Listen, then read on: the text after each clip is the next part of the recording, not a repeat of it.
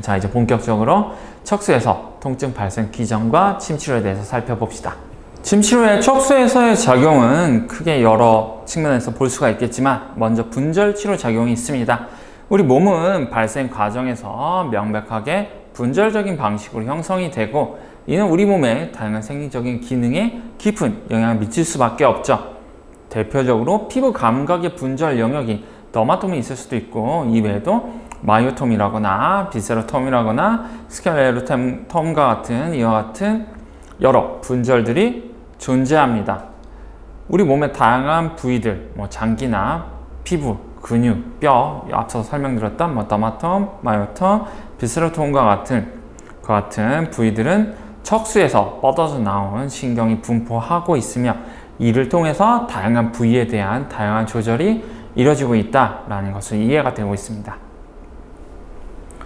우리 몸에서 척수, 그 다음에 여러 척수의 분절 부위에 따라 가지고 손상이 되면은 이와 같은 부분들에 대한 조절 이상이 생긴다는 걸 알 수가 있는데 이를 통해서 반대로 각 분절들이 어떤 기능을 담당을 하는지를 직관적으로 이해를 할 수가 있겠죠. 자, 대표적으로 더마톰이 있는데 자, 이 그림을 보셨을 때 우리는 사실 굉장히 경혈이 이런 식으로 지나가다 보니까 마치 그래도 이런 척수의 어떤 신경들과는 다른 모종의 시스템이 있지 않을까? 침치료는 여환무단한 그 같은 시스템을 통해 가지고 만들어진 경락이 있다 보니까 얘네들하고는 다를 것이다 라고 생각하기 쉽지만 당장 우리 배수혈이 담당하고 있는 그와 같은 기능들을 본다고 한다면은 우리 척수에서 나오는 여러 신경들이 장기 기능을 조절한다 라는 건 너무나 쉽게 이해할 수가 있고 여기 보시면은 누가 봐도 척수에서 나온 신경의 지배 범위들이 경락의 분포와 너무 유사한 걸 볼 수가 있습니다. 특히 사지에서는 이와 같이 직선상으로 주행하고 있는 걸 알 수가 있죠. 경락은 내려갔다 올라갔다 내려갔다 올라갔다 하는데 그건 그냥 고대인의 잘못된 생각이었다 라고 이해를 하면은 어렵지 않게 사실은 경락이 의미하는 바는 신경의 주행이었다 라고 어렵지 않게 이해를 할 수가 있을 겁니다. 안면에서 굉장히 복잡한 이와 같은 경락의 주행은 안면 신경을 비롯한 여러 안면에 분포하고 있는 신경들의 복잡성을 과거에 잘 몰라서 임의의 가상의 체계로 만들어냈다 라고 하면 어렵지 않게 수용이 가능할 수가 있겠죠. 그리고 척수에서 이와 같이 평행으로 주행하는 것이 더마톰하고 완전히 다른데? 라고 하는 것은 이 역시도 과거에 잘 몰라서 그냥 임의로 선을 계속 연결되는 시스템으로 만들려고 나온 오류였다 라고 하면 어렵지 않게 수긍이 가능하실 겁니다. 오히려 이와 같은 척수에서의 분절을 잘 이해를 하면은 침치료를 통해 나타나는 다양한 현상들을 쉽게 이해를 할 수가 있게 되죠. 우리 임상에서 우리 목 통증이 있다 라고 했을 때 의학적 검사 중에 일부가 스퍼링 테스트라거나 하는 이와 같은 검사들은 더마톰에 기반하고 있는 치료들로 환자의 이렇게 이제 척수 쪽에 이 압박을 주게 되면은 환자 어디가 저리다 라고 이렇게 호소하는 경우가 종종 있죠. 그 범위에 따라서 어디가 문제가 있구나 라고 우리가 임상적으로 추론을 할 수가 있는데 그와 같은 현상들을 알게 되면은 침치료가 혹은 한의학적인 개념들 경혈이나 경락이 실제로는 이와 같은 척수신경의 분포를 통해서 다양한 현상들, 예를 들어 경락의 주행이라거나 하는 것들이 실제로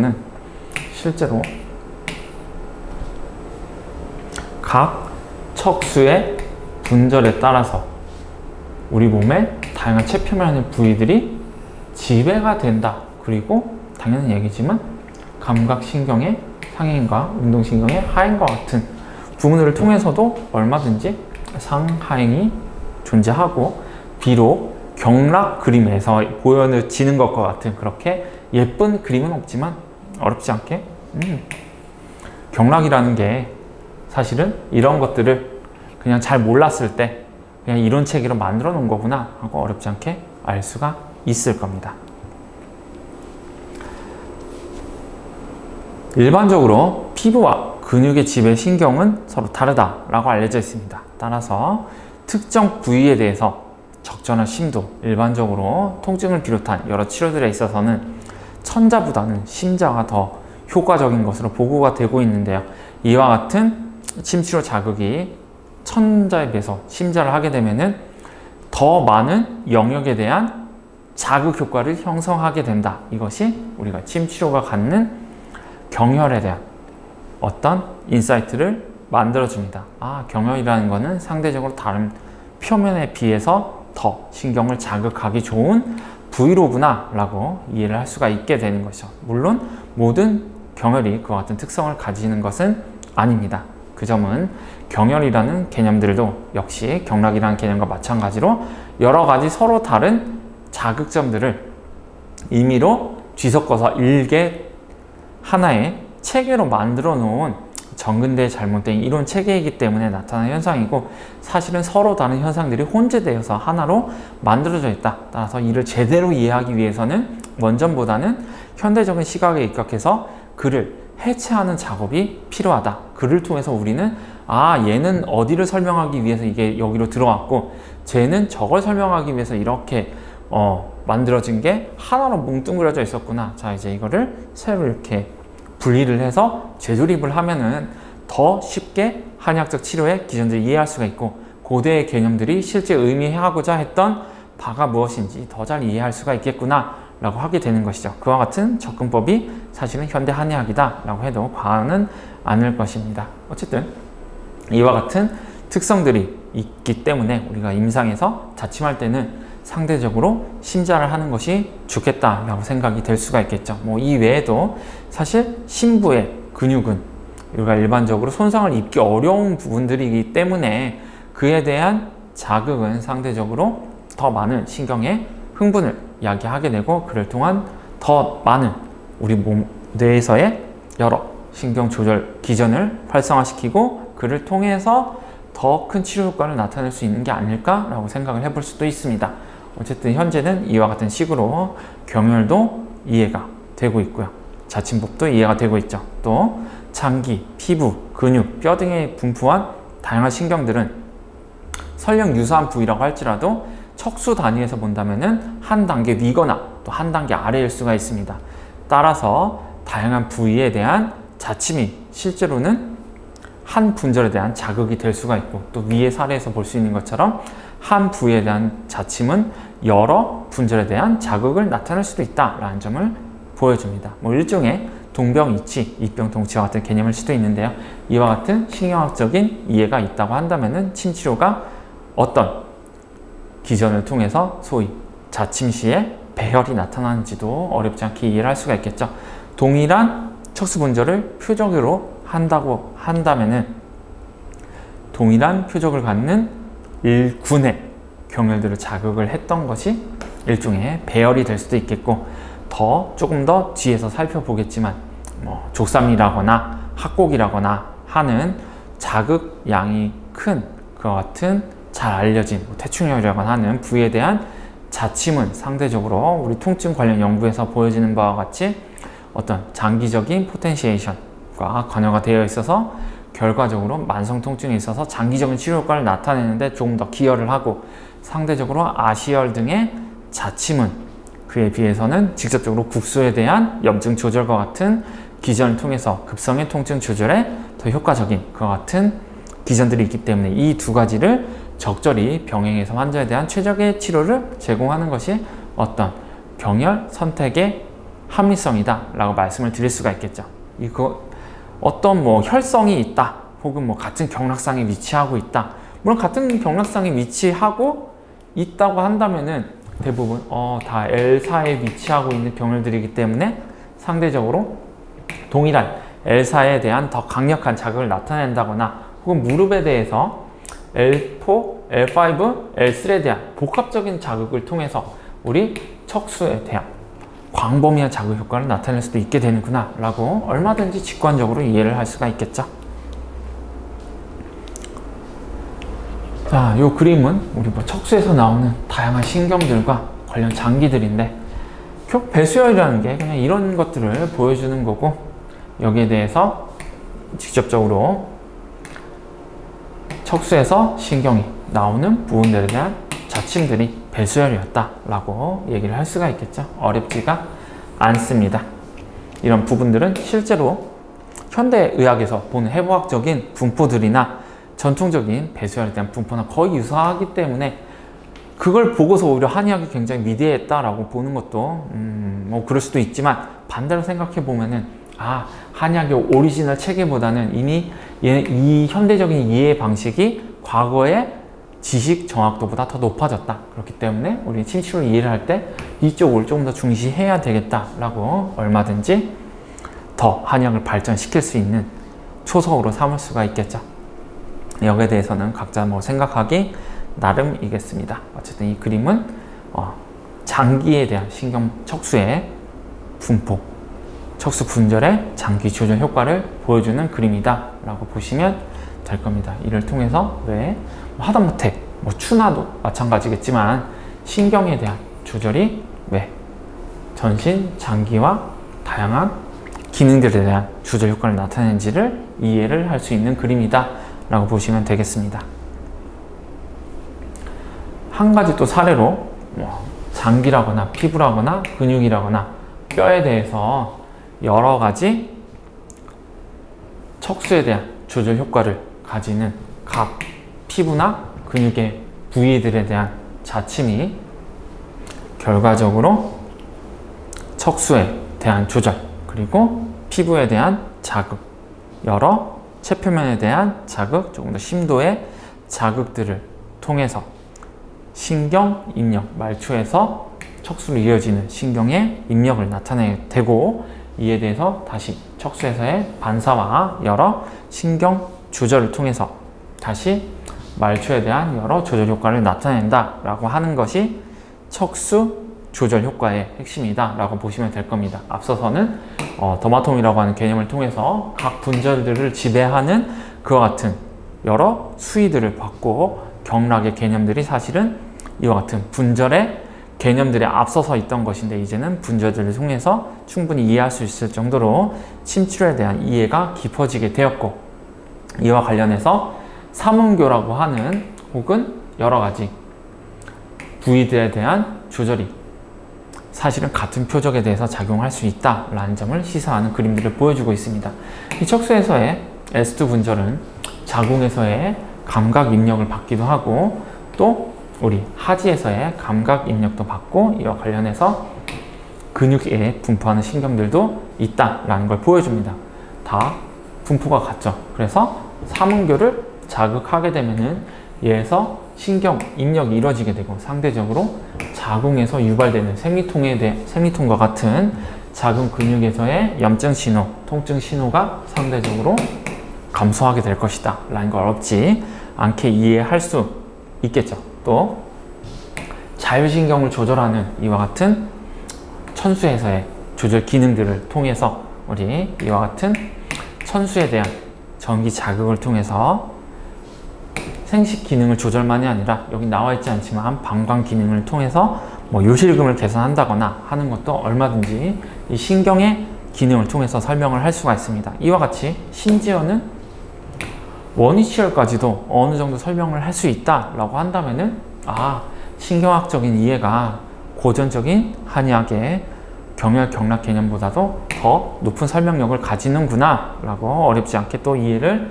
할 수가 있을 겁니다. 이것이 침치료가 가지는 분절 치료의 효과를 가장 잘 보여주는 그림이라고 할 수가 있겠죠. 다양한 부위들에 있어서도 사실은 그 표적들은 유사하기 때문에 이에 대한 자극이 장기에 대한 치료 효과도 나타내더라. 물론 통증의 경감 효과이긴 하지만 그 외에도 기능 조절과도 밀접한 관련성을 가진다라는 점을 보여줍니다. 자, 그 다음으로 척수에서의 작용, 관문 조절설이 있는데, 사실 이 내용은 굉장히 침치료의 일부만을 설명할 수 있는 굉장히 오래된 이론입니다. 예전에 침치료 강의에서도 제가 설명을 드렸듯이 멜작하고 월이 제창한 1970년대 관문 조절설은 통증에 있어서 가장 기초 이론이 되기도 했고요. 매 델타 섬유, C5 섬유에 대해서 상대적으로 빠른 신경 전달을 담당하는 A 섬유를 통한 자극이 척수에서 신경 전달에 관여하는 서브스타니아 게란티노사 세포의 활성을 조절해서 결과적으로 느린 C 섬유에 대한 통각 전달을 차단하는 기전이 있다라고 보여주는 기전입니다. 이 기전이 이 아래 그려져 있고요.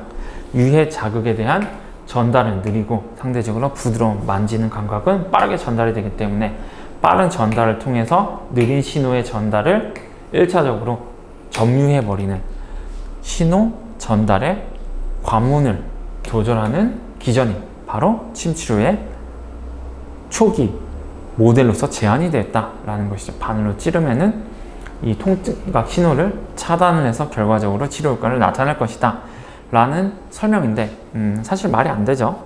침 자극조차도 사실은 강한 A5와 물론 C5의 자극에까지 이르지 않지만 이와 같은 작용 기전들이 있지만 침 자극은 기본적으로 우리 어떤 관문 조절사에서 말하는 주사 놓기 전에 엉덩이를 찰싹찰싹 때린다거나 문지른다거나 하는 그와 같은 자극들하고 일단 궤를 달리하고 있고 또 초기에는 그와 같이 인식이 되었다 할지라도 점차 침 치료의 기전을 이해하게 되면서 사실 제일 중요한 것은 뇌에서의 기전이다 라는 걸 알게 되었기 때문에 이 기전을 가지고 침 치료하는 건 고작 관문 조절설에 불과해 라고 조정하는 사람은 침 치료의 가장 초창기 이론만 가지고 침 전체를 재단하려고 하는 굉장히 시대착오적인 사람이다 라고 이해를 하시면 될 겁니다. 하지만 그럼에도 불구하고 관문 조절설은 생리학에서 통증과 관련가 되어 있는 여러 기전들에 있어서 선구자적 개념이기 때문에 역사적으로 이러한 시도들도 있었지 정도로 이해를 하시면 될 겁니다. 관문 조절설을 보여주는 대표적인 그림이고요. 주사 전에 어떤 피부를 자극한다거나 침을 놓을 때 상대적으로 피부에 이렇게 여러 가지 수기법들을 적용을 하는 것은 실제 침 자침에 의한 강한 자극을 피하는데 도움을 줄 것이다 라는 점을 보여주죠. 이와 관련해서 SG 세포에서의 여러 조절 기전들을 잘 보여주고 있다. 우리 어디 바늘로 찌르기 전에 잘 부드럽게 만져주거나 하는 것은 A베타 섬유의 흥분을 통해서 상대적으로 느린 C5에 의한 섬유 전달을 차단을 하더라 라는 걸 보여서 결과적으로 통각 전달이 차단이 되고 상대적으로 기능과 관련한 신경 전달이 증가가 된다 라는 점을 잘 보여줍니다. 이 내용들은 쭉 이렇게 계속 설명을 드리고 있는 내용들입니다. 침 치료가 이 베타 섬유의 자극을 통해서 통각 신호 전달을 차단하고 이에 있어서는 오피오이드에 의한 엔케팔린을 방출해서 T세포의 활성을 억제한다거나 아니면은 인천 뉴런을 통한 T세포에 대한 활성 억제 효과를 통해서 결과적으로 통증을 억제할 수가 있다. 하행성 억제 효과도 말씀을 드렸던 이와 같은 하행성 억제 작용도 기여를 할 수가 있을 것이다 라고 하는데 아직은 알려진 게 많지는 않다 정도로 이해하시면 될 겁니다. 척수에서 어쨌든 엔케팔린을 통해서 신경의 활성을 조절하는 그와 같은 기전들도 있구나 라고 이해하시면 되겠죠.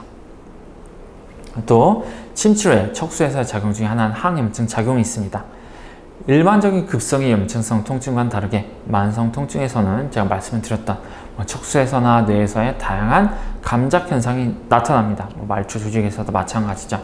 말초에서 노시셉터나 어퍼런트 너브의 손상이 발생해서 당뇨 등으로 인해서 나타날 수도 있고 아니면 헤르페스 바이러스에 의한 감염에 의해서도 나타날 수가 있겠죠. 이와 같은 신경의 손상이 나타나게 되면 척수에서 신경 자극의 처리에 대한 감작 현상이 일어나게 되고 이로 인해 비정상적인 신경 활성이 나타나게 되는데 이를 중추감작이라고 얘기를 합니다. 여기에 있어서 MABK 경로의 하나인 ERK1,2의 활성이 지속적으로 높아지게 되면은 이것이 신경 가소성에 기여를 하게 되고 결과적으로 통증을 계속 느끼게 되는 현상으로 이어진다고 이해가 되고 있는데 여기에 있어서 미세하교 세포, 말초에서 델식 세포와 유사한 세포라고 보시면 되는데 이 세포의 활성이 중요하다. 얘네들이 인터로킨-1 베타와 같은 염증성 사이토카인을 형성을 한다. 그리고 얘네들이 이와 같은 감작 현상에 중요한 역할을 담당한다 라는 게 알려져 있기 때문에 얘네들의 활성을 억제하는 게 중요하다 라는 게 알려져 있습니다. 그래서 침치료나 환기계조 옥물탕을 비롯한 여러 항염증성의 한약들이 이러한 활성들을 조절해서 만성 통증을 치료할 수 있다라고 이해가 되고 있죠. 이게 MAPK 경로인데 굉장히 복잡한 작용들을 담당하고 있어요. 어쨌거나 이와 관련해서 통증과 관련해서 MAPK 경로는 라프, MEK, ERK, 그 다음에 크랩의 전사로 이어지는 일련의 기능계들을 담당하고 있는데, 여기 있어서 침 치료가 조절 작용을 통해 ERK1,2의 활성화를 감소시키고 크랩에 대한 조절 효과를 나타내서 결과적으로 통증의 억제 효과를 나타내는 데 기여할 수 있다. 만성 통증의 발생에 억제 효과를 나타낼 수가 있다라고 이해가 되고 있습니다. 척수 후각에서 미세악유 세포의 세포 흥분과 관여가 되어 있는 EAT나 서브스턴스 P라거나 CCR이라거나 프린슨 경로라거나 토라이크 수용체라거나 MAPK와 같은 경로들에 대해 조절을 통해서 결과적으로 신경을 통해서 면역 반응의 조절이 나타나게 된다. 여기에 있어서 침 치료가 면역 반응에 대한 억제 효과, 항염증 작용 혹은 신경 흥분의 감소를 통해서 치료 효과를 나타낼 것이다 라고 어렵지 않게 이해를 할 수가 있을 겁니다. 여기에서 히스타민 방출에 관여하는 마스트셀, 비만 세포나 혹은 슈반셀에 의해서 신경의 손상과 관여가 되어 있는 여러 조절 작용들이 있고, 여기에 관여하는 것들이 염증이기 때문에 염증을 조절하는 한약 치료도 중요하고, 신경의 직접적인 흥분을 조절하는, 여기에 있어서 더 상행의 조절은 나와 있지 않지만 이와 관련한 조절 기전들을 가지는 대표적으로 메이거스 너브를 통한, 미주신경을 통한 토라이크 수용체의 포에 대한 조절 효과를 통해서 신경 흥분을 감소시키는 침치료 등이 상대적으로 치료 효과를 나타낼 수가 있겠다. 신경의 흥분성은 상대적으로 이 NMDA 수용체, 글루타메이트에 의한 흥분이 증가됨에 따라서 신경의 가소성이 나타나게 되고, 그것이 학습에 있어서는 도움이 되는 기전이 있겠지만 반대로 통증에 있어서는 만성적인 통증을 유발할 수 있는 기전이다. 따라서 글루타메이트에 의한 흥분성을 감소시키는 것, 신경세포들이나 주변 교세포에 대한 칼슘의 유입을 감소시키는 것 등에 대한 조절이 중요하다라는 걸 알 수가 있겠죠. 여기에 있어서 침치료의 작용이 중요하다, 한약의 작용이 중요하다라는 점을 알 수가 있겠습니다.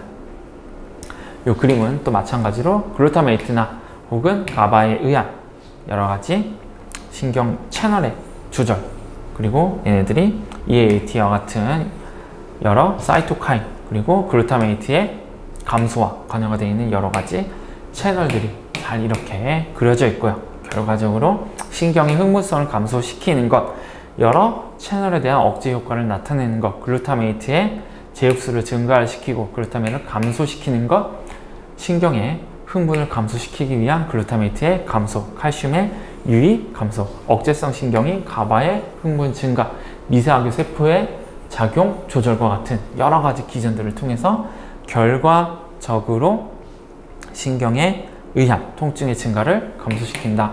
만성 통증을 감소를 시킬 수가 있다.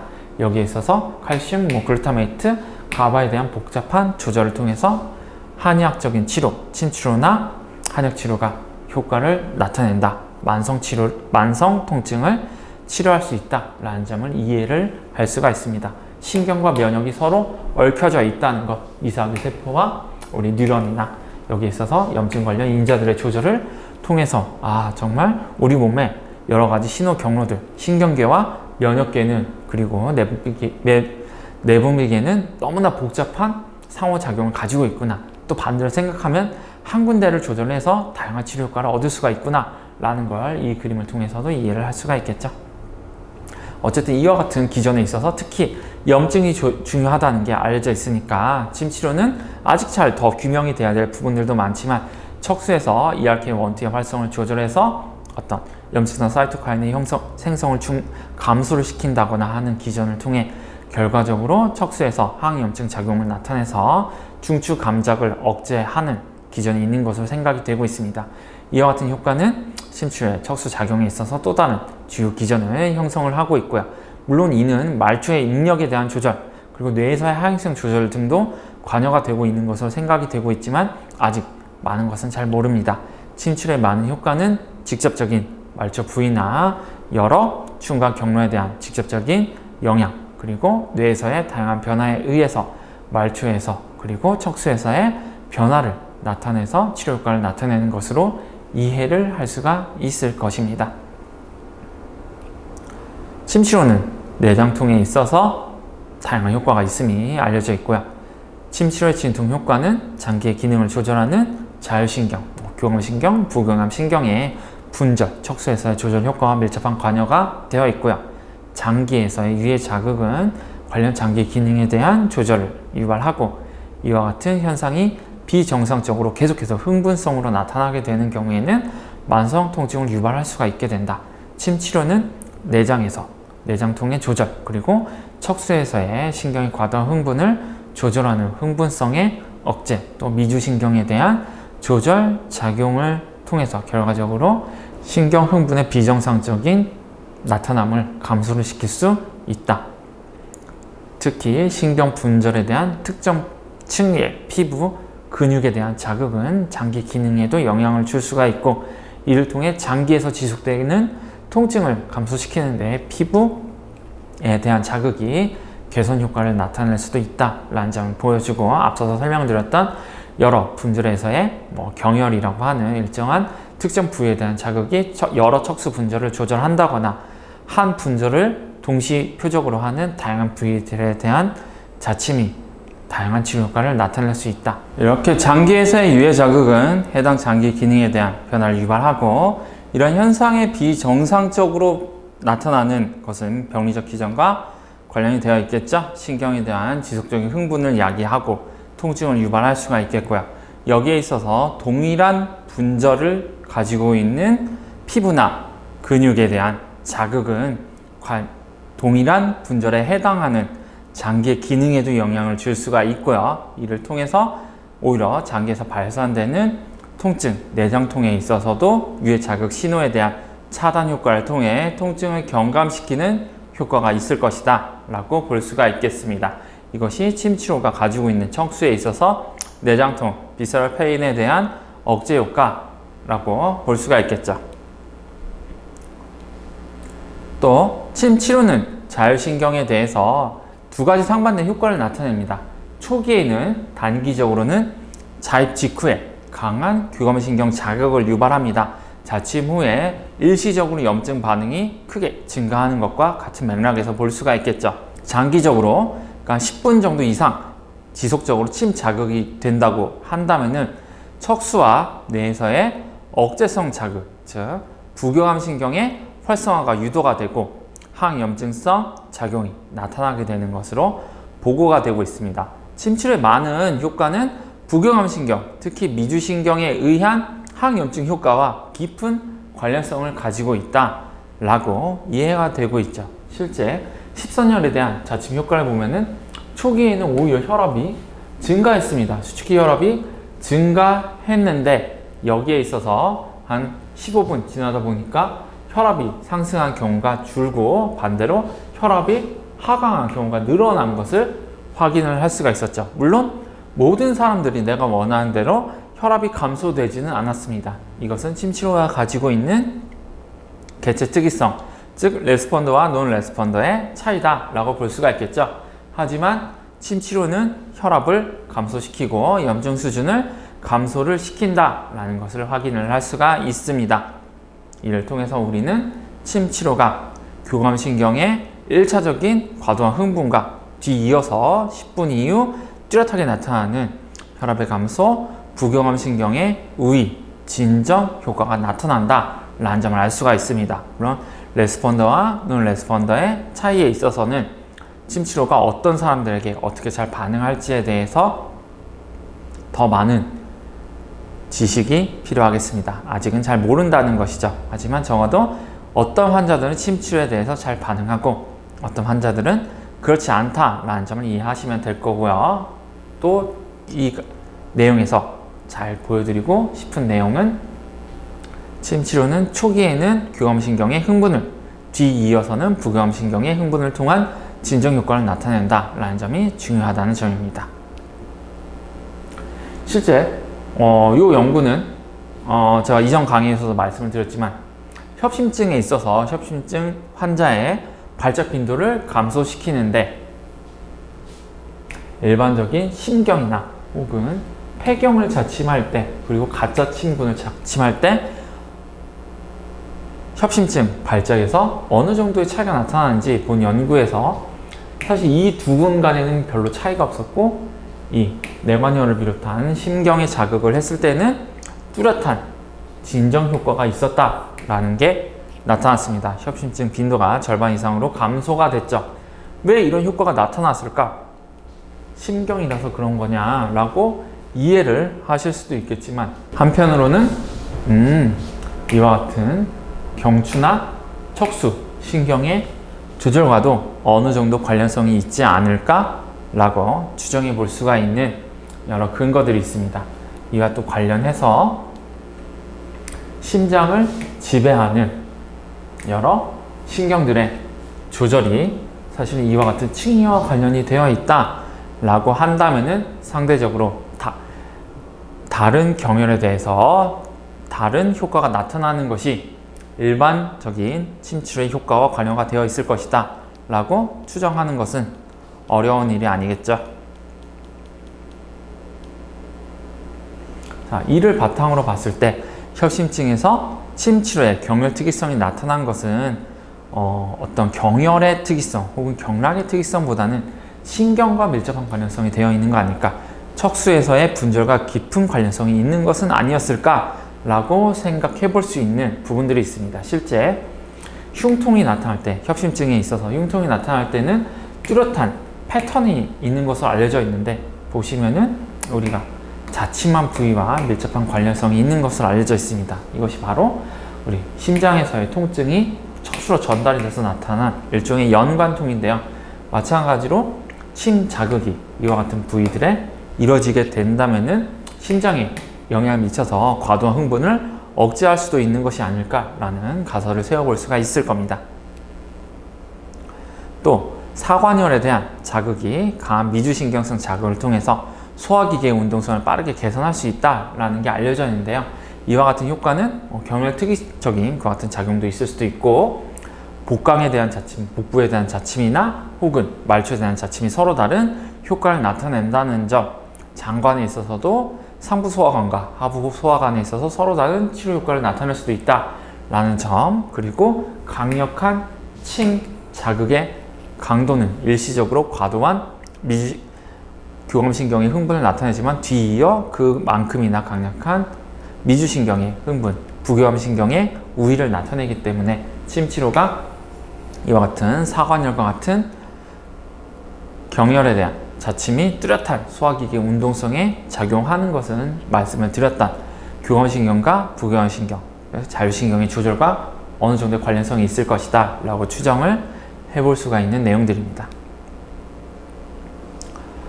실제 자율신경계의 가장 큰 조절축으로 시상하부 뇌하수체, 부신, 피질축이 있으며, 이들은 앞서 강의에서도 계속 말씀을 드렸지만 우리 몸의 스트레스 반응을 조절하는 핵심 경로 중에 하나입니다.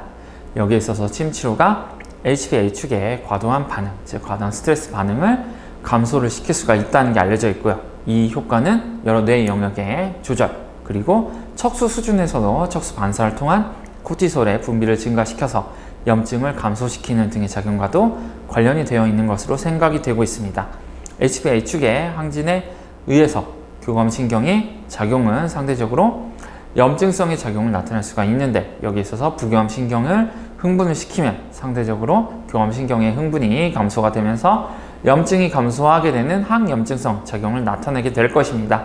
침치료 작용 기전은 염증과 같은 면역반응의 조절이나 부교감신경의 우위에 따른 다양한 장기의 조절과 밀접한 관련을 가질 수 있는 것으로 볼 수가 있는데, 이는 앞서서 보셨던 많은 현상들을 통해서 지시되고 있는 사실이다 라고 볼 수가 있겠습니다. 또 이것도 볼 수가 있겠죠. 오히려 침치료가 미주신경, 부교감신경을 흥분을 시키다 보니까 그 흥분이 지속적으로 과도하게 이뤄지는 부교감신경의 항질, 교감신경계의 저하가 있게 되면은 혈압이 떨어지는 건 좋은데 과도한 혈압의 하락이 나타나게 되면은 이와 같은 미주신경성 실신이 나타날 수도 있습니다. 즉, 침 치료가 과도한 경우 혹은 개인의 어떤 침에 대한 반응에 따라서 미주신경 반응이 과도한 경우에 침운이 발생하게 되는데, 사실은 침 치료의 작용이 너무 과도해서 나타나는 현상이다 라고 볼 수가 있을 겁니다. 이 같은 사실을 통해서도 침 치료의 주요 작용이 부교감신경과 밀접한 관련성이 있다라는 점을 보여주죠. 이 역시도 침 치료의 진통 기전을 보여주고 있는데, 침 치료에 의해서 베타 엔돌핀이 말초에서 방출이 되면은 염증성 사이토카인의 방출이 감소가 되는 항염증 작용이 있게 되고, 뇌하수체에 있어서도 중추에 있어서도 코티솔의 증가, HPA 축의 조절에 의해서 그로 인한 염증 수준의 감소를 유도하는 호르몬 분비에 따라서 콕스2와 같은 염증 관련 효소의 합성이 감소가 되고, 이는 카나비노이드 수용체와 같은 여러 수용체들에 대한 조절 작용도 나타나게 되고, 프로스타글란딘에 대한 합성도 감소하게 됨에 따라서 염증이 감소가 되고 통증이 줄어든다라는 것을 확인할 수가 있습니다. 침 치료에 뇌에서의 그리고 척수에서의 자율신경 그리고 염증에 대한 조절이 깊은 관련성을 가지고 말초에서의 염증성 통증을 조절한다, 항염증 작용을 가진다 라는 걸 보여주는 기전이죠. 또 침 치료가 HPA 축의 조절 작용을 나타내서 중추에서 오피오이드나 글리알셀이나 신경 전달 물질이나 염증성 사이토카인 그 신호 전달 물질의 조절 효과도 나타내지만, 자율신경에 대한 조절을 통해서 상대적으로 교감신경의 억제, 부교감신경의 흥분을 통해서 우리 몸의 면역계에 대한 조절 효과, 대표적으로 항염증 효과를 나타낼 수가 있다라고 보고가 되고 있습니다. 여기에서 제가 계속 미주신경을 통한 항염증 효과를 설명을 드렸습니다. 대식세포에 대해서 미주신경의 자극이 입력이 되면은 염증 억제 효과가 나타난다는 것이죠. 하지만 그 외에도 도파민 경로를 통한 작용 기전도 최근에는 연구가 많이 되고 있습니다. 복부나 경골신경의 자극이 좌골신경을 자극을 해서 이로 인해 족삼리에 대한 자침이 좌골신경을 자극할 수 있다는 게 알려져 있습니다. 해부학적으로. 여기에 있어서 좌골신경을 직접 전기침으로 자극하게 되면은 미주신경이 활성화가 되고 여기에 있어서 염증 반응이 감소가 되는데, 이 과정에서 부신 수질에서의 도파민 생성도 유발이 되더라라는 게 알려져 있습니다. 기존에는 미주신경 관련 항염작용만 주목을 받았었는데, 그 외에 도파민과 관여가 되어 있는 항염작용도 최근에는 각광을 받고 있는 것이죠. 도파민은 도파민 원수용체를 통해서 사이토카인 생성을 억제하고, 도파민 수용체에 대한 여러 약물들, 작용제는 염증을 억제할 수가 있기 때문에 침치료가 도파민 수용체에 대한 작용을 통해서 항염작용을 나타낼 수가 있다는 건 쉽게 이해할 수 있는 사실입니다. 실제 족삼리에 대한 전침이 염증에 대한 억제 효과, TNF-알파의 억제, MCP1의 억제, 인터로킨-6의 억제, 인터페론 감마에 대한 억제, 항염 효과를 나타냈는데, 여기에 있어서 말씀을 드렸던 미주신경에 대한 작용 외에도 도파민을 통해서 나타나는 족삼리의 좌골신경 흥분을 통해서 부신 수질에서 도파민 분비를 촉진시킴으로써 이를 통한 염증 조절 효과도 있다라고 최근에는 밝혀지고 있습니다. 침 치료는 이와 같이 좌골신경 흥분을 통해 도파민 생성을 촉진을 시키고, 이것이 침 치료가 가지는 전신적인 효과 중에 또 다른 기전으로 이해가 될 수가 있는 것이죠. 실제 최근 연구는 조금 더 이와 같은 기전들을 명확하게 해서 크로마틴 세포에 대한 작용을 통해 크로마틴 세포가 스트레스 호르몬인 아드레날린, 노르아드레날린 그리고 도파민을 생성을 할 수가 있는데, 여기에 있어서 전침 자극을 하게 되면은 미주신경 부신 조절 축을 활성화시켜서 부신의 크로마틴 세포에서 도파민의 분비를 유도할 수 있더라라는 것을 확인했습니다. 그리고 이를 통해서 도파민이 염증 유발 사이토카인을 감소를 시킬 수가 있다라는 걸 확인을 한 거죠. 물론 이와 같은 효과는 뒷다리라고 하는 것이 뒤에서의 족삼리 자침을 얘기를 하는데요. 이를 통해서도 활성화될 수가 있고, 반대로 복부에 대한 경혈에서는 이와 같은 효과가 나타나지 않기 때문에 침치료는 경혈 특이성을 나타낸다. 다만 그것이 실제 경혈이 존재한다기보다는 신경에 대한 조절 효과가 서로 다른 체표면과 근육에서 달리 나타난다라는 걸 보여주는 것이죠. 단 이와 같은 효과는 염증 수준이 이미 증가하기 시작해서 사이토카인 폭풍이 나타난 상태에서는 오히려 침이 더 악영향을 줄 수도 있다라는 점을 시사합니다. 앞서서 말씀을 드렸듯이 여러 가지 기전들이 관여를 할 수가 있겠죠. 특정 상태에서는 오히려 침 자극이 교감신경에 대한 일시적 흥분 효과를 통해서 오히려 염증을 더욱더 악화시킬 수도 있고요. 그게 알려지지 않은 여러 기전들로 인해서 침치료가 염증을 억제하기보다는 오히려 그 외에 다른 작용을 통해서 상태를 더욱더 염증 상태를 악화시킬 수도 있다라는 점을 시사하는 것이죠. 그래서 반드시 십선혈에 대한 자침이 뇌졸중 환자에게 효과적일까에 있어서도 양면성을 다 고려를 해서 어떤 시점에 어떻게 자침하는 것이 더 효과적인가에 대해서 사실 많은 추가적인 연구들이 필요할 것이다 라고 생각이 들고, 그 외 질환들에 있어서도 침치료가 급성기와 만성기 염증 상태에 있어서 어떤 차이를 보이는지, 그리고 침 자극의 부위에 따라서 어떤 효과들이 나타나는지에 대한 상세한 연구들이 앞으로 계속 지속이 되어야 할 겁니다. 최근 국내에서도 침 관련해서 연구자들이 속속 이렇게 이제 해외에서 최신 지견을 가지고 국내 연구 현장에 자리를 잡고 있기 때문에 이와 관련한 한의학상의 많은 수수께끼들이 원전을 넘어선 실험식 과학을 통해서, 그리고 임상 현장을 뒷받침해 줄 수 있는 건강한 현대 과학을 통해서 다시금 새롭게 부각이 될 수 있을 것이라고 생각이 듭니다. 이와 같은 아무튼 결과들은 침 치료가 적절한 경우에는 효과적이지만 그 시기와 부위에 따라서 오히려 해로운 결과를 초래할 수 있다. 침이 언제나 사람들에게 좋은 것만은 아니다 라고 하는 전통적인 격언이 왜 나왔는지를 설명해주는 주요한 결과다 라고 이해를 할 수가 있을 겁니다. 자, 이어서 뇌에서의 통증 발생 기전과 관련한 침 치료의 작용 기전을 살펴보도록 하시죠. 앞서서 통증에 있어서 척수에서의 작용 기전은 내장통을 억제하거나 하는 일종의 신호 간섭 효과, 통각 신호를 억제를 하는 다른 부위에 자극을 해서 통각의 전달을, 인식을 차단한다거나 척수에서 만성 통증에서 나타나는 염증 수준에 대한 조절 효과 등을 통해서 결과적으로 척수 수준에서 진통 효과를 나타내는 몇 가지 기전들, 척수 반사를 통한다거나 하는 그와 같은 기전들, 염증 조절 효과가 있다라고 말씀을 드렸습니다. 이제 조금 더 상위 침치료 연구에 따라서 점차 말초에서 척수에서 뇌로 이해가 깊어졌는데, 이제 뇌에서의 통증 발생 기전과 거기에 있어서 침치료의 기전을 봅시다. 우리가 신경이, 정신이 다른 데 쏠리거나 기분이 좋거나 나쁜 경우에는 통증에 대한 감각을 달리 느끼게 되는 경우가 있습니다. 이것은 통증이 단순히 우리 감각만이 아니라 감정도 연결이 되어 있고 뇌의 여러 영역들이 관여하는 인식이고, 통증에 대한 여러 억제 기전들이 뇌에서도 존재한다는 걸 보여줍니다.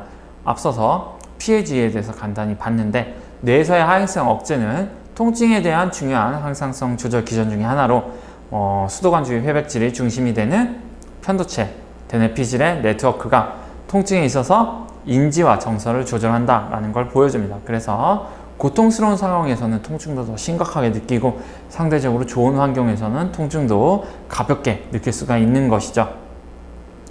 이 중에서 하행성 억제 신경은 척수 후각으로 이어지는 신경 경로를 형성하게 되고요. 이를 롱 루프라고 합니다. 이런 경로가 활성화되기 위해서는 10분 이상의 침 자극 시간이 필요하게 되고, 이것이 유침, 침 자극을 지속적으로 유지하는 데 있어서 진통 효과가 나타나는 과학적 근거 중에 하나가 되고 있습니다. 이 중에 있어서 침 치료의 하행성 억제 작용은 아직 그 기전이 명확하진 않습니다. HPA-축의 조절, 여러 정서와 인지를 조절하는 페인 매트릭스라거나 혹은 변형계의 여러 영역들에 있어서 뇌성 오피오이드, 베타 엔돌핀과 같은 인자들의 조절, 세로토닌이나 노르아드레날린 등에 의한 여러 가지 통증 관련 조절 효과, 감정 조절 효과들이 통증의 인식에 관여하고 있을 것이다 라고 추정이 되고 있습니다. 물론 아직 아는 것이 많지는 않죠. 세로토닌은 억제성 뉴런에서 엔케팔린의 분비를 유도를 해서 통증, 유해 자극, 수용 경로의 활성을 감소시킬 수가 있고, 노르아드레날린은 척수에서의 여러 신경 전달에 영향을 주고 통증 경로의 전달을 억제하는 데 기여할 수가 있습니다.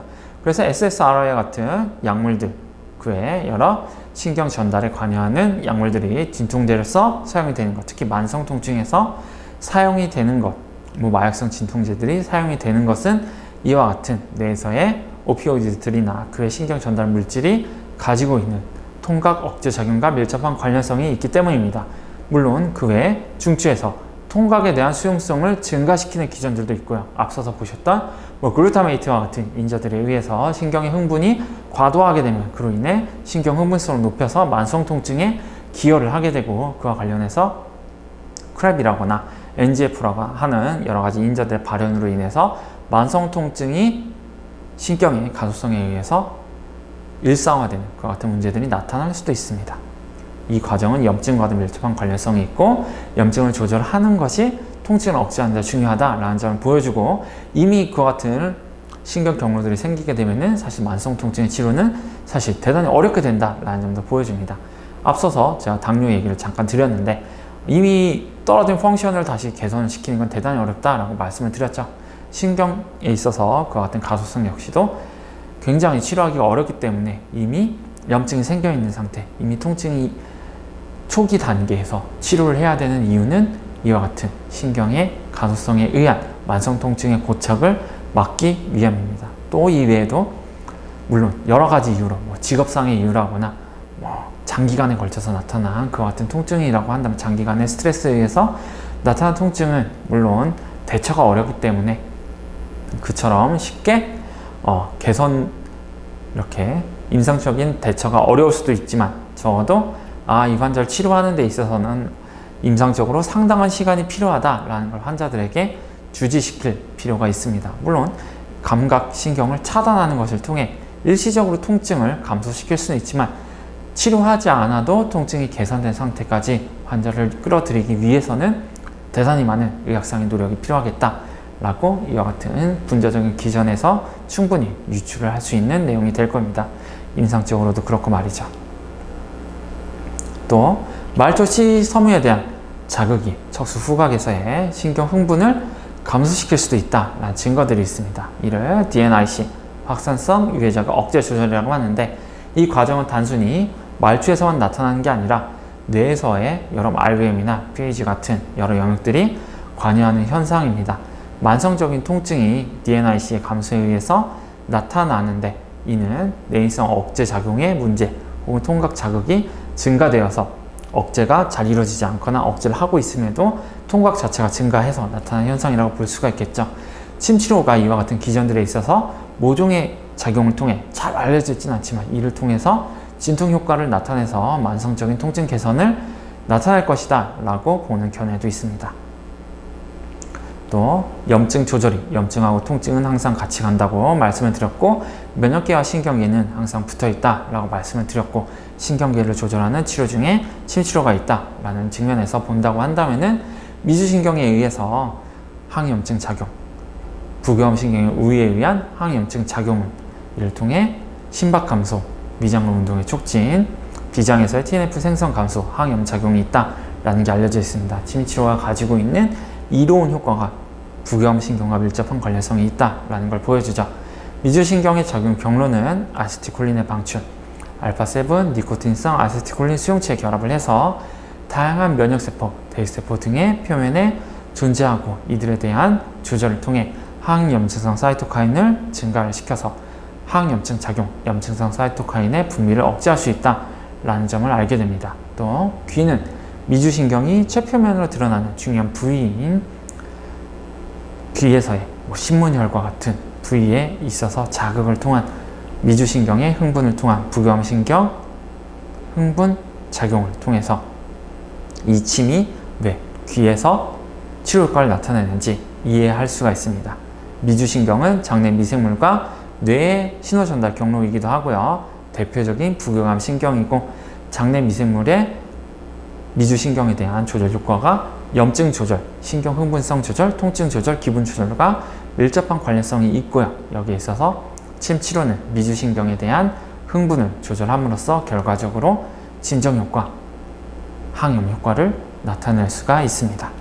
또 침치료에 의해서 척수에서 하행성 억제 기전을 살펴본다고 한다면은, 침치료에 의해서 말초에서 노르에피네프린, 노르아드레날린이 방출이 되면은 글루타메이트의 방출을 억제를 해서 결과적으로 신경 흥분성을 감소를 시키고 또 세로토닌 경로를 통한 글루타메트의 흥분 조절, 그리고 척수에서의 오피오이드 조절을 통해서 억제성 신경인 가바의 흥분을 증가시키고 서브스탠스에 대한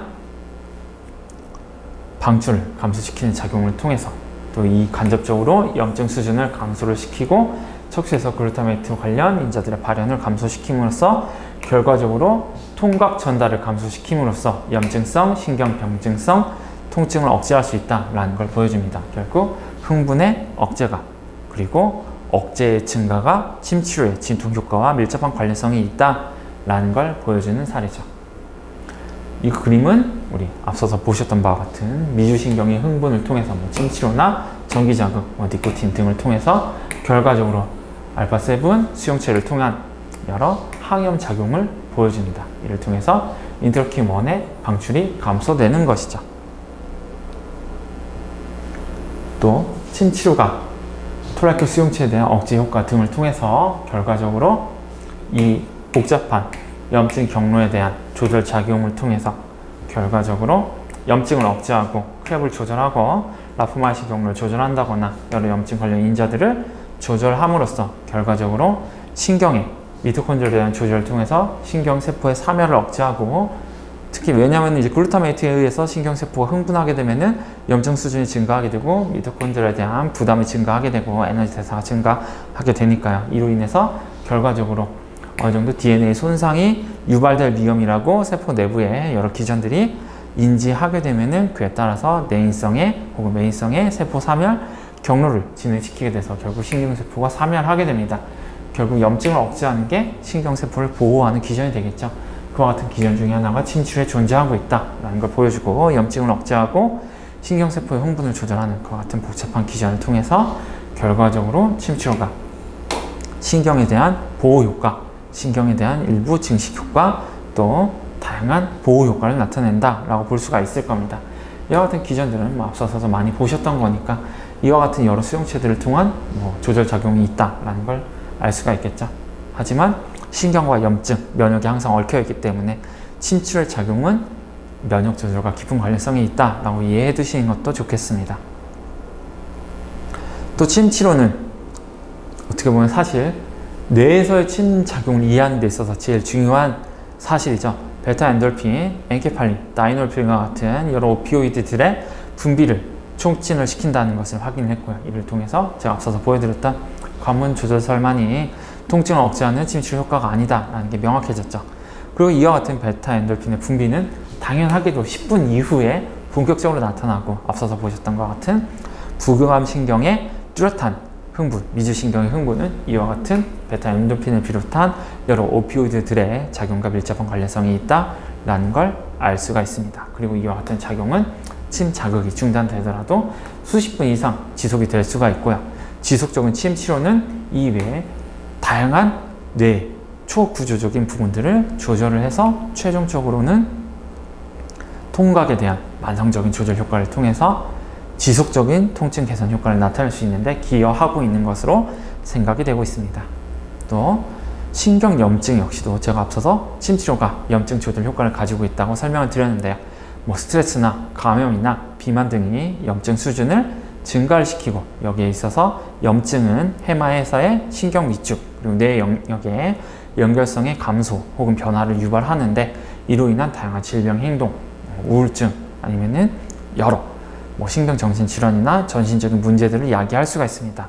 이에 대해 침 치료는 앞서 보여드렸던 베타 엔돌핀의 방출, 신경 영역의 조절을 통한 진통 효과만이 아니라 앞서서 보셨던 전신적인 염증 조절 작용을 통해서 신경 염증을 조절해서 이를 통해 다양한 신체 컨디션의 조절, 정신 건강의 개선 효과를 가지고 있는 것으로 생각이 되고 있습니다. 이 역시도 통각 개선에 기여를 하겠죠. 신경 염증 역시 통증의 주요 기전이기 때문입니다. 또 침 치료의 작용에 있어서 디폴트 모드 네트워크라고 하는 뇌에서 외부로부터 자극을 받지 않고 휴식 상태에 있을 때 활성화가 되는 신경 네트워크가 존재합니다. 여기에 있어서 침 치료는 디폴트 모드 네트워크를 형성하는 여러 뇌 영역 간의 연결성을 조절해서 만성 통증에 있어서 서로 다른 디폴트 모드 네트워크의 패턴을 조절함으로써 통증에 대한 우리 몸의 감각적, 정서적 반응을 조절함으로써 통증을 개선한다 라고 보고가 되어 있습니다. 물론 아직까지 구체적인 작용 기전은 잘 알려져 있지는 못하죠. 하지만 뇌에서 모종의 작용을 할 것이다 정도는 시사가 되고 있습니다. 이 그림은 침치료에 따라서 뇌의 연결성이 변화되고 있다라는 걸 보여줍니다. 만성 요통 환자에 대한 그림인데요. 우리 A 그림은 정상적인 환자의 뇌 연결성이고요.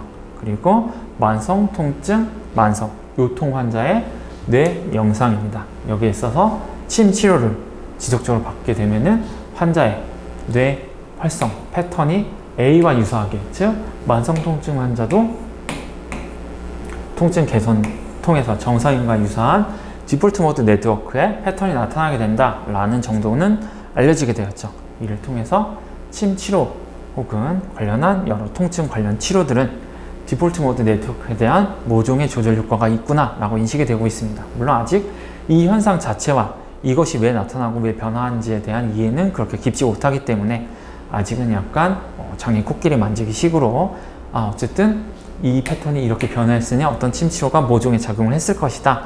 그리고 관련 영역들이 뇌 영역들이 어떤 기능을 담당하고 있기 때문에 그와 관련해서 침 치료가 어떤 효과를 했을 것이다. 추론을 할 수 있지만 아직까지는 왜 이렇게 됐는지는 그렇게 이해는 깊지 못하죠.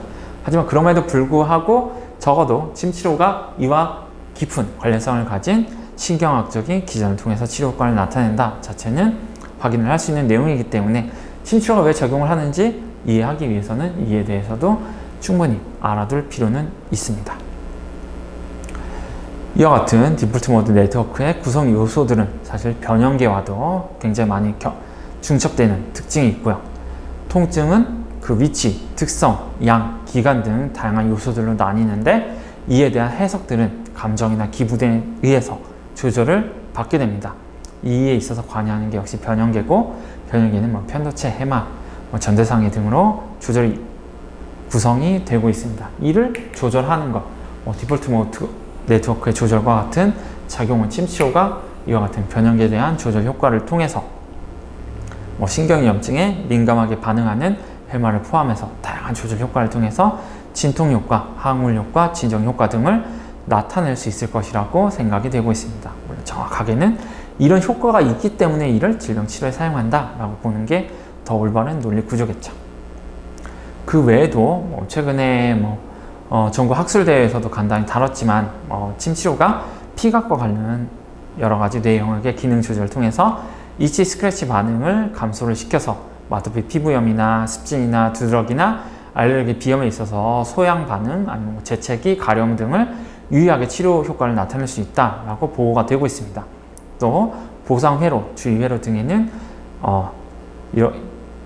또 보상회로, 주의회로와 같이 뇌에는 특정 생리적 기능을 수행하는 여러 뇌 영역 서킷들이 존재하는데 침치료가 이들에 대한 조절 효과를 가지고 이를 통해 금연 효과를 가진다거나 혹은 중독 장애를 개선한다거나 알코올 중독을 개선한다거나 하는 보고들이 존재합니다. 이와 같은 효과들도 침치료가 일종의 보상 효과를 가지기 때문에 상대적으로 중독, 행위, 그리고 금단 증상을 개선시킬 수도 있다라는 점을 시사하는 것이죠. 자, 그래서 이게 귀의 혈전이라고 이렇게 나와 있는 그림인데 이걸 이제 신생아를 이렇게 거꾸로 이렇게 뒤집어 놓은 그림 가지고 해가지고 귀가 인체에 대응한다 이런 식으로 되어 있는데 사실 아무 의미가 없고요. 미주신경이 여기에 분포하고 있기 때문에 여기에 있어서 침치료가 미주신경을 직접적으로 자극함으로써 항우울 작용이나 체중 감량 효과 등을 나타낼 수 있다라고 시사가 되고 있습니다. 물론 아직까지 금연침 자체가 임상적으로 어느 정도 효과적인지에 대한 근거는 그렇게 뚜렷하지는 않는데 제가 봤을 때는 이 침 자체가 자극량이 그렇게 크지 않기 때문에 나타나는 현상이 아닌가 싶습니다. 미주신경을 잘 자극할 수 있는 어떤 체침 치료를 잘 수행을 한다고 한다면은, 전침 치료를 잘 수행한다고 한다면은 양질의 근거가 나올 수도 있지 않을까라고 추정을 합니다. 자, 지금까지 간단히 침치료가 통증에 있어서 왜 효과를 나타내는지 작용 기전을 바탕으로 해서 통증이 왜 발생하는지, 말초에서 염증 반응, 척수에서 여러 반사와 신경 전달, 뇌에서의 통각에 대해서 인지하는 다양한 영역들이 존재하고 거기에 있어서 침치료가 1차적으로는 염증을 유발하고 교감신경을 흥분시키는 악영향도 있지만 뇌로 신호가 전달되면서 하행성의 다양한 염증 조절 작용, 뇌에서의 염증 반응과 어떤 인지에 대한 보상 작용, 베타 엔돌핀을 비롯한 여러 오피오이드들의 방출, 그 외 여러 척수와 말초에서의 조절 기전을 통해서 결과적으로 통증, 통각 억제 효과를 나타낸다 라고 말씀을 드렸습니다. 이를 통해서 우리는 1:1 매칭을 통해서 침치료가 왜 통증을 억제하는지 이해할 수 있게 되었죠. 아직까지 통증에 대한 이해는 깊진 않습니다. 하지만 적어도 침치료가 우리 인체에 어느 정도 영향을 미치는지는 이해할 수 있게 되었고요. 침치료는 말초, 척수, 뇌로 이어지는 신경 네트워크를 중심으로 해서 침치료는 복잡한 면역, 신경, 호르몬 상호작용에 의한 현상을 강화시키거나 약화시키는 복잡한 작용을 통해서 임상적인 치료 효과를 나타내는 치료법이다 라고 정리를 할 수가 있을 겁니다. 말초나 척수에 있어서 보다 뇌에서의 침치료 작용이 더 중요한 것으로 생각이 되고는 있지만 아직까지 왜 뇌에서 이런 효과가 나타나는지에 대해서는 아직 아는 게 그렇게 많지는 않습니다. 그리고 통증도 역시 마찬가지입니다. 그래서 아직까지는 알려져 있는 부분들을 조금 더 중시해야 될 것이고요. 앞으로 난 또 침에 대해서 관심이 많다, 침을 통한 치료 기전에 대해서 관심이 많다라고 하시는 분들은 상대적으로 뇌에 대한 연구를 조금 더 깊게 하실 필요가 있을 겁니다. 어쨌거나 침치료가 여러 알려져 있는 사실들을 통해서 어느 정도는 설명을 할 수가 있기 때문에 이를 통해서 침치료를 이해하는 것은, 또 이해가 가능하다는 것은 침치료가 신비의 대상이 아니라 과학적인 근거를 가진, 과학적으로 이해 가능한 합리적인 치료 기법이라는 것을 설명합니다. 의사는 여러분들이 근대 서양 과학의 발전사를 보면은 의사가 그냥 물론 기술자로서도 활동한 사람들 대단히 많지만 여러 생리학상의 발견, 여러 생물학적인 발견들에 엄청난 기여를 했음이 알려져 있습니다. 즉 의사는 과학자이기도 하다는 것이죠. 서양의 전통에서 사실 경험적으로 치료만 잘하는 사람은 돌팔이다라는 얘기를 많이 들었습니다. 의사는 현상 뒤에 숨어있는 과학을 이해할 수 있어야 진짜 의사라는 인식이 있었다는 것이죠. 이처럼 침치료의 과학적 근거를 이해하는 것, 물론 잘 치료하는 것도 대단히 중요하지만 그 치료들의 기저에 무엇이 있는지 더 깊게 이해하는 것은 우리 선현들의 뒤를 따라서 세속의 과학자로서의 한의사의 발자취를 만들어 나가는 중요한 작업이다 라고 말씀을 드릴 수가 있을 겁니다. 이러한 기초의학은 임상진료와 큰 관련성을 보이지 못하거나 효과 없는 치료를 포장하는데 악용할 우려들도 분명히 존재합니다. 그리고 임상에서 시향되는 많은 치료 기법들이 나타내는 효과의 상당수는 플라시보에 의한 경우가 많기 때문에 치료가 정말 효과적이냐를 확인하기 위해서는 적절한 무작위 대조시험이 필요합니다. 그렇지만 이와 같이 사실은 임상이 더 중요하고 현실이 중요한 건 사실이지만 그럼에도 불구하고 기초의학의 설명이 있어야만 왜에 대해서 그 효과가 있는 걸 알겠는데 왜 효과적이야? 라고 누가 물어볼 때 이걸 알고 있어야만 기초의학적으로 현대과학적으로 본 한의학적 치료들의 기전을 알고 있어야만 비로소 한의학에 대해서 제대로 설명할 수 있다는 것이죠. 치매 효과를 말하기 위해서는 장상학설이나 경락학설, 경혈학보다는 침이 말초에서, 척수에서, 뇌에서 어떤 영향을 미치는지 신경학적, 면역학적 기전들을 충분히 알고 있어야 된다는 것입니다. 침을 이해한다는 것은 신경을, 면역을, 내분비를 이해한다는 것이고 병태 생리를 이해를 해서 이 질환은 이와 같은 기전에 의해서 나타나기 때문에 침치료가 어떤 기전을 통해서 치료 효과를 나타낼 것이다 라고 이해하는 것입니다. 그리고 이를 통해서 제가 지금까지 진행한 많은 강의들을 통해서 여러분들은 충분히 침치료나 혹은 한약이나 추나 치료가 왜 치료 효과를 합리적으로 나타내는지 충분히 이해를 하실 겁니다.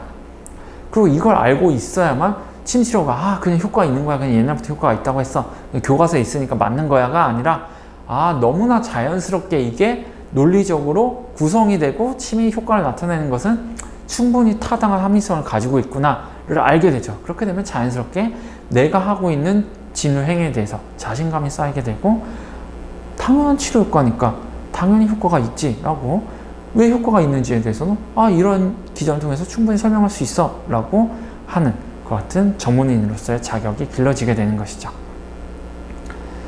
결국 기초의학적 설명이 임상에 있어서 가장 중요한 것은 물론 여러 가지 요인도 있을 수가 있겠지만 신뢰를 주는 것이고, 이 신뢰가 바로 임상 역량에서도 대단히 중요하다는 점 아무리 강조해도 지나치지가 않습니다.